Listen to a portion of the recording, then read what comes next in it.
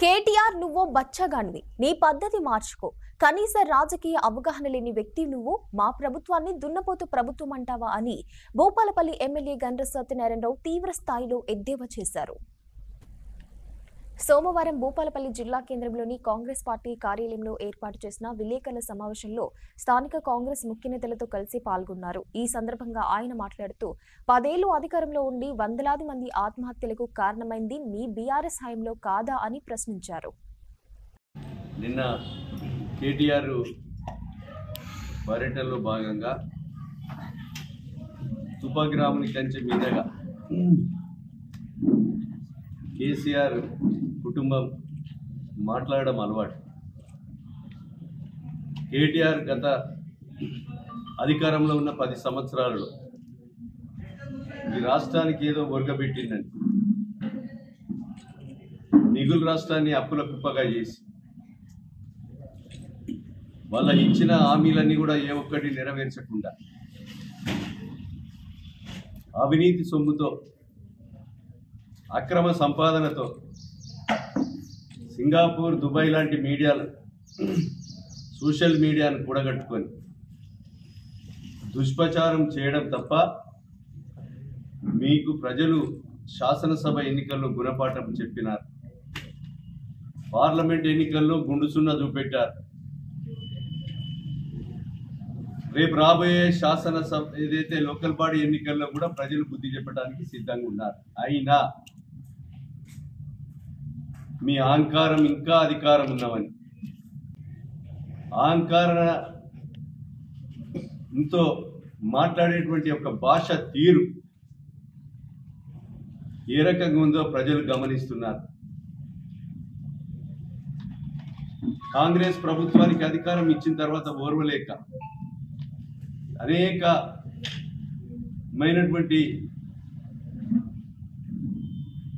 పదజాలం లుచ్చా కాంగ్రెస్ అని, ఈరోజు దున్నపోతు ప్రభుత్వం అని,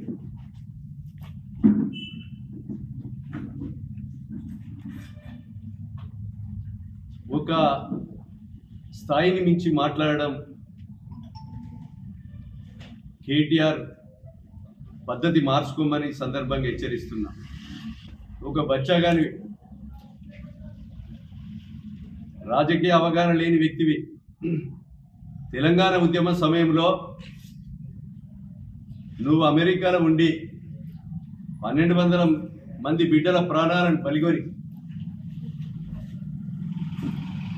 సబ్బడ్డ వర్గం ఉద్యమ పోరాట ఫలితాన్ని చూసి కేసీఆర్ కొడుకు కూతురు ఇద్దరు కూడా రాజకీయ భిక్షం ఎత్తుకొని తెలంగాణ సెంటిమెంట్తో, ఉద్యమకారుల ప్రాణాలతో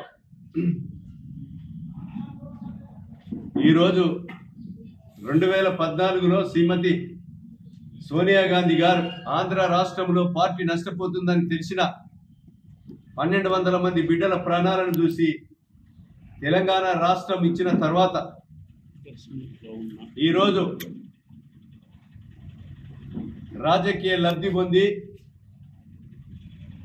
ఆనాటి తెలుగుదేశం పార్టీతో పొత్తు కూర్చుకొని 87 ఓట్లతో గెలిచి నేనేదో గొప్ప పని చేసినని విర్రవీగుతున్నావు. ఇకనైనా నీ పద్ధతి మార్చుకోకపోతే పార్లమెంట్ ఎన్నికల్లో, గత శాసనసభ ఎన్నికల్లో ఏ గుణపాఠం అయితే ఉందో రానున్న రోజుల్లో నీకు ఆ గుణపాఠం తప్పదని కూడా హెచ్చరిస్తున్నా. కనుక ఈ విషయాలన్నీ కూడా ప్రజలు గమనించాలి. కొత్తగా చేసింది ఏమి లేదు, బీసీ నినాదం అని చెప్తున్నాడు.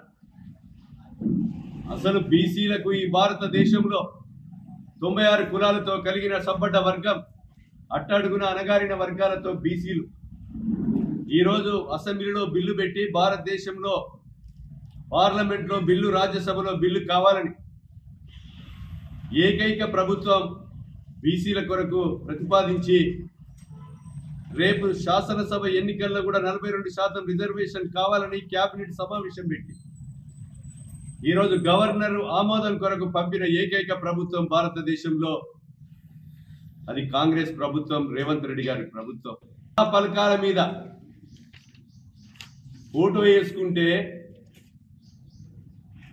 ఆ ఫోటో శ్మశాన వాటికల కాడ బొందలగడ్డ కాడ పెట్టే ఫోటో వేసుకుంటారనడం నీ యొక్క మాట విధానం ప్రజలు గమనిస్తున్నారు. రాష్ట్ర వ్యాప్తంగా కూడా శాసనసభ్యులై, మంత్రులై, పార్లమెంట్ సభ్యులై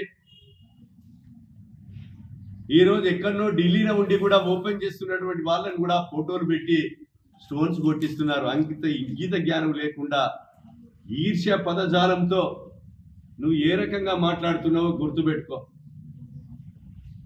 ఏదైతే మేము రాయేశామో ప్రతి రాయి మా పీరియడ్లోపు పనులన్నీ పూర్తి చేయకపోతే మళ్ళీ ఎన్నికల్లో కూడా పోటీ చేయను. ఇది నా సవాల్. నువ్వు వేసిన స్టోన్లు కూడా మొదలు కాని సంఘటనలు ఉన్నాయి. నువ్వు 5 లక్షలకు, 3 లక్షలకే, 10 లక్షలకు కూడా వేసినావు.